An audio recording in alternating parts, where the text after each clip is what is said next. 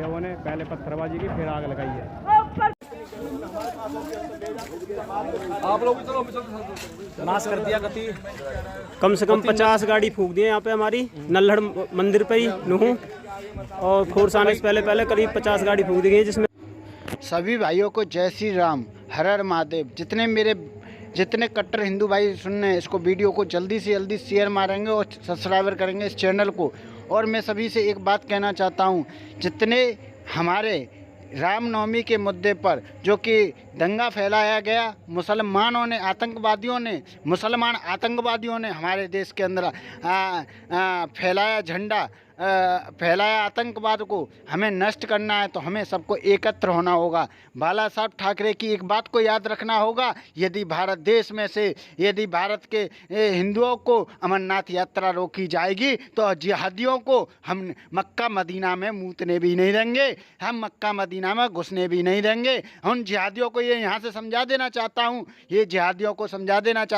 यदि अगली बार हिंदुओं को टारगेट किया गया तो अगली बार मक्का मदीना समेत तुमको सालों जड़ से मिटाने की काम हम भारत देश से इस्लाम मुक्त भारत का अभियान लेके चलेंगे। उसके बाद में आप देखते रह जाओगे कि मुल्ले कहाँ से कट रहे हैं। हिंदुओं उठो और बार करो। ये सरकारें तुम्हें नींद की गोली देकर संविधान के नाम पर सुलाती रहेंगी और सुलते रहोगे, तुम कटते रहोगे, तुम्हें ये काटते रहेंगे। तुमने बांग्लादेश छोड़ा, तुमने हिंदुस्तान के सारे कोने छोड़ते रहे, हिंदुओं को भगाते रहे, तुम कटते रहे, तुम अपनी माता बहनों के आंचल कटवाते रहे और तुम सोचते रहे कि हमें संविधान बचाएगा। संविधान आपको कभी नहीं बचा सकता जब तक तुम खुद बचने की कोशिश नहीं करोगे।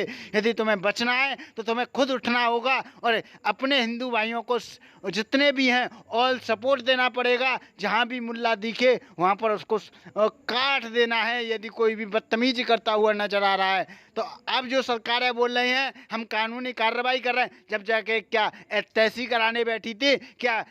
जो केजरीवाल बोल रहा दंगाइयों को छोड़ा नहीं जाएगा, तू अपनी माँ को तो बचा ले जाहिल कहेंगे। पहले तने तो साले हिंदू के नाम पर धब्बा है, तू साले कुत्ते जो तेरे साले हिंदुओं के कटवाने का काम कर रहा है। और देखो योगी को देखो, यूपी के अंदर माइकल लाल किसी की इतनी औकात नहीं मुल्ले की कि वो आतंकवाद फैला जा सके। ऐसे आतंकवादियों को यहाँ से मुंह तोड़ जवाब देना है। और वो आतंकवादी जो विदेश में बैठे कुत्ते जो मुसलमान संगठन बनते हैं, उन्होंने क्या बोला? देश के अंदर मुसलमानों पर अत्याचार हो रहा है, पहले अपनी औकात देखो बेटी चोदो, उसके बारे में पूछना चाहता हूँ उस कांग्रेस सरकार से, कांग्रेस में और औरंगजेब में अंतर क्या है?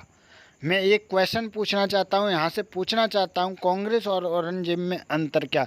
सुनो हिंदुओं, एक बात ध्यान से कान में अंटा लगा लो, यदि हिंदू राष्ट्र चाहते हो और हिंदुओं का सही चाहते हो तो दो चीज़ों का ध्यान रखना। एक, औरंगजेब ने हमारे देवी देवताओं की मूर्तियों को तोड़कर मस्जिद के जहाँ पर मुसलमानों के पैर की जूते जाते हैं उसके नीचे गाड़ दिया था। इतनी हिंदुओं से नफ़रत करता है मुसलमान, उतनी ही नफ़रत करता है कांग्रेस हिंदुओं से, क्योंकि वही काम जो औरंगजेब ने किया वही काम कांग्रेस सरकार सरकार ने किया। राजस्थान में मंदिरों को तोड़ा गया, उनकी मूर्तियों को खंडित किया गया, उन्हें नालियों के अंदर बहाया गया।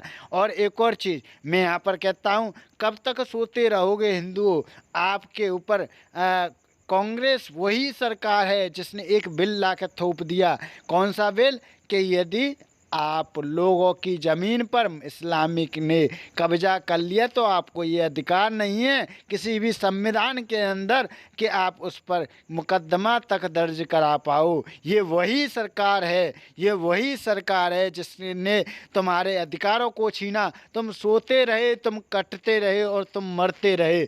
अभी भी इस वीडियो को शेयर नहीं कर रहे तो ज़िंदगी में आप कभी नहीं कर सकते, कभी उठ नहीं सकते। और एक और चीज़ कहता हूँ, उठो, वार करो अधर्मी जीवात्माओं पर, वार करो उन अधर्मी जीवात्माओं पर। ये श्री कृष्ण ने भगवत गीता में बोला था, हे पार्थ उठो और धनुष का वार प्रतिंचा पर चढ़ाओ और वार करो अधर्मी जीवात्मा पर। अधर्म का साथ देने वाला व्यक्ति और अधर्म का होते हुए देखने वाला व्यक्ति उतना ही पाप का भागीदार होता है जितना पाप का भागीदार करने वाला।